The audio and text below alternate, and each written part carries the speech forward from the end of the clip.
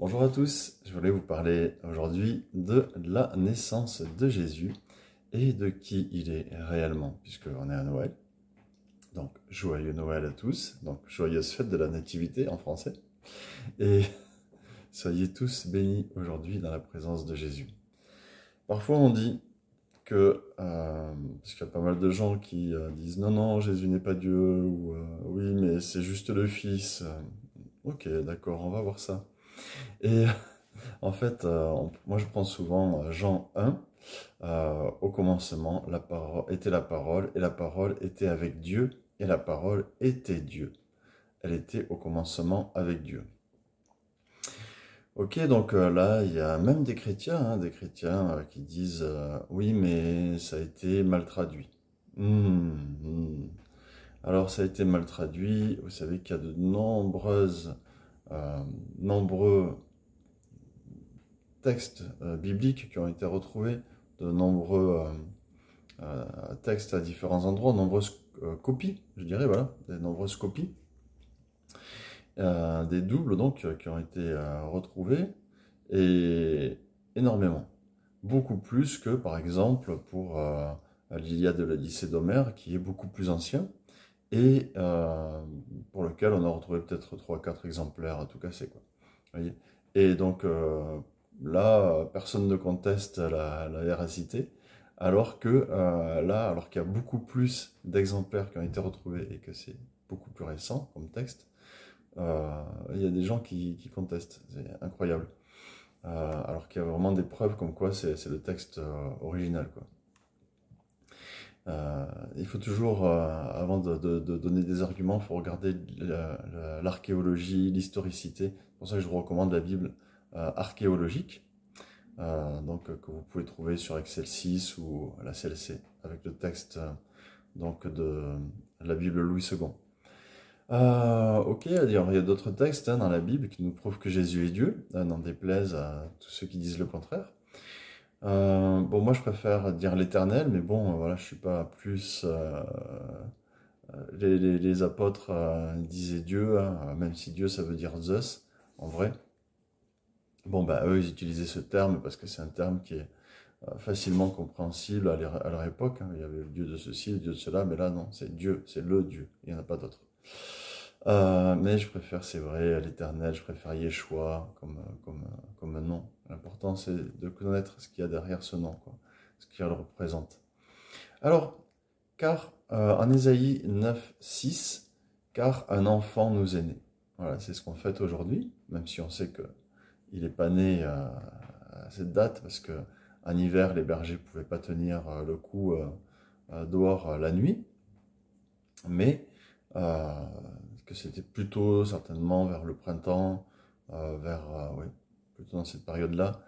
Mais enfin, prenons occasion aujourd'hui de fêter Jésus. Pour moi, c'est très bon de fêter et d'annoncer, d'avoir toute occasion pour annoncer sa naissance et qui il est et ce qu'il a fait pour nous.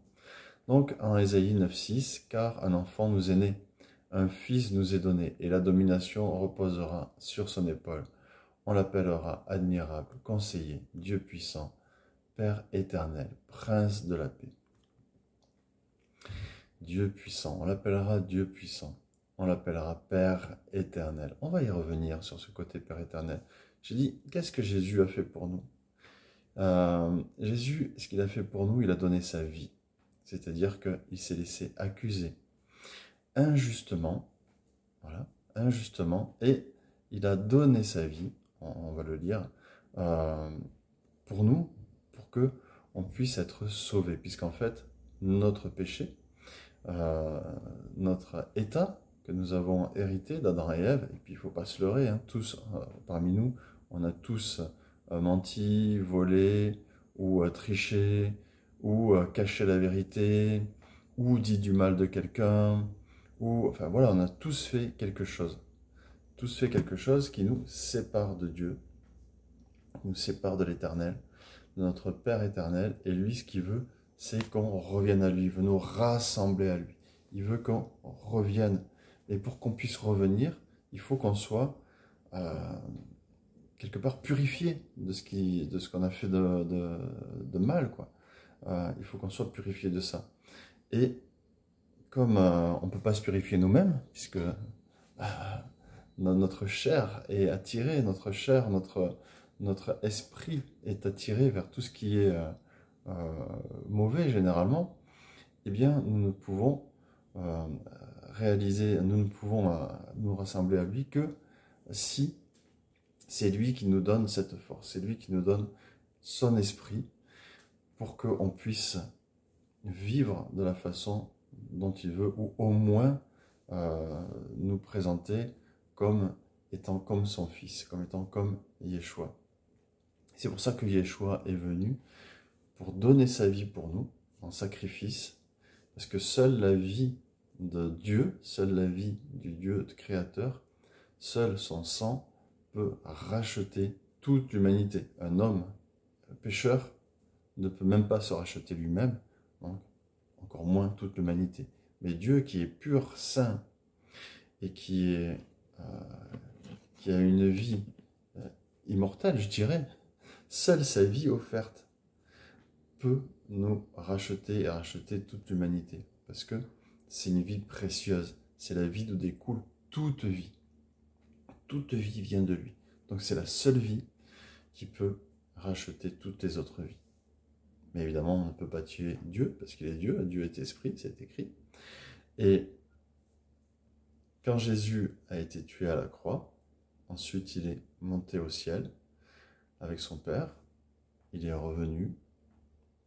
Il nous a envoyé son esprit. Enfin, il n'est pas revenu, il nous a envoyé son esprit pour vivre en nous, pour ceux qui le croient, ceux qui l'acceptent. Et de cette façon, nous sommes rassemblés au Père, parce que quand le Père nous regarde, il voit son Fils, il voit Yeshua. Alors, ça va vous paraître bizarre, comment Jésus peut être à la fois le Père et à la fois le Fils. Ah là là, c'est quelque chose qui a beaucoup énervé les Juifs, hein, encore une fois. Enfin les Juifs, Jésus était Juif, les apôtres étaient Juifs, donc c'est une erreur de langage quand je dis les Juifs, c'est juste que quand la Bible parle des Juifs, elle parle en vrai des chefs religieux. Les chefs religieux qui écrasaient le peuple avec diverses choses, et donc on va voir ça. Le bon berger. Dans Jean 10 au verset 11, Jésus dit « Je suis le bon berger ». Mais rappelez-vous que dans la Bible, dans le psaume 23, Dieu l'Éternel dit c'est David qui dit au sujet de l'Éternel « L'Éternel est mon berger ». L'Éternel est mon berger.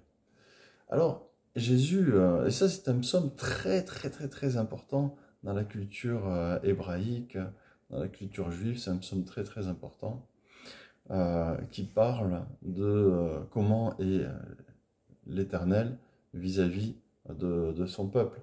C'est-à-dire qu'il est censé avoir une relation tellement intime avec eux que, eh bien, ils reconnaissent sa voix. Parce qu'il leur a parlé directement au Sinaï, et puis il leur a parlé de diverses manières tout au long de l'histoire de ce peuple, et ils leur reconnaissent sa voix, il y a une intimité, vous voyez. Les animaux, que sont les moutons, quand ils reconnaissent la voix de leur berger, si ce n'est pas leur berger qui les appelle, ils vont fuir, quoi. Vous voyez. Et donc il y a une histoire de relation vraiment très très très importante. Et là, Jésus vient toucher à cette relation, hein. Yeshua vient toucher à cette relation, puisqu'il dit « Je suis le bon berger ». Le bon berger donne sa vie pour ses brebis. Oh là là, qu'est-ce que tu es en train de raconter là? Parce que l'Éternel est mon berger.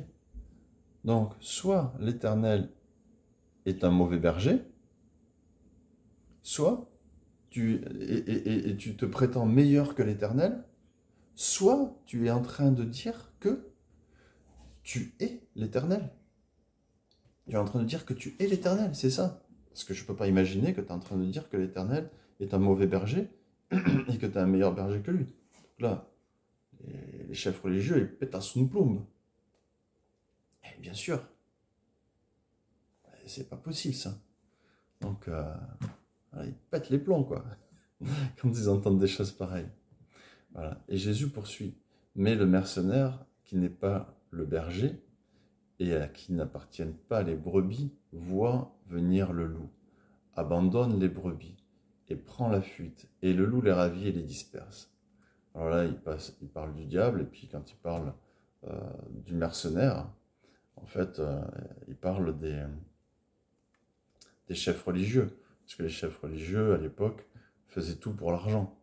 Ils faisaient tout pour l'argent et pas pour Dieu, pas pour le salut des âmes. Ils s'en fichaient, quoi, en fait.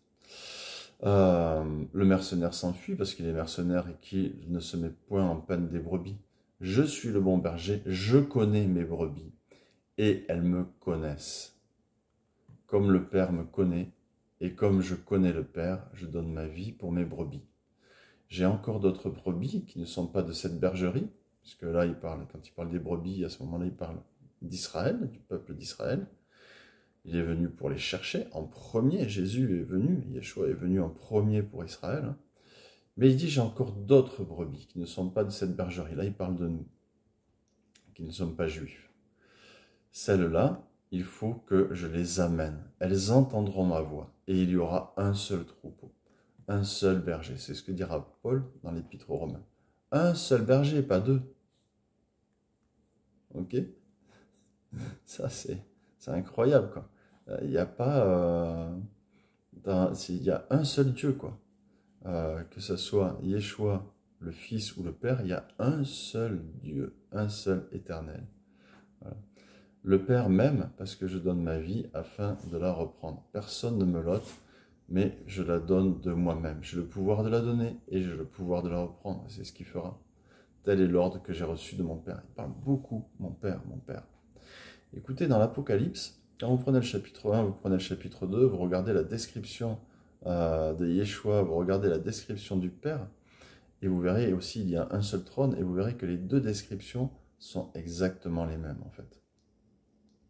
Le Père et le Fils, c'est la même personne. Et en fait, là vous allez me dire, mais attends, il parle de son Père, il prie son Père qui est dans les cieux.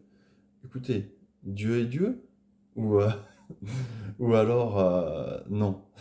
Qu'est-ce qui est impossible à Dieu?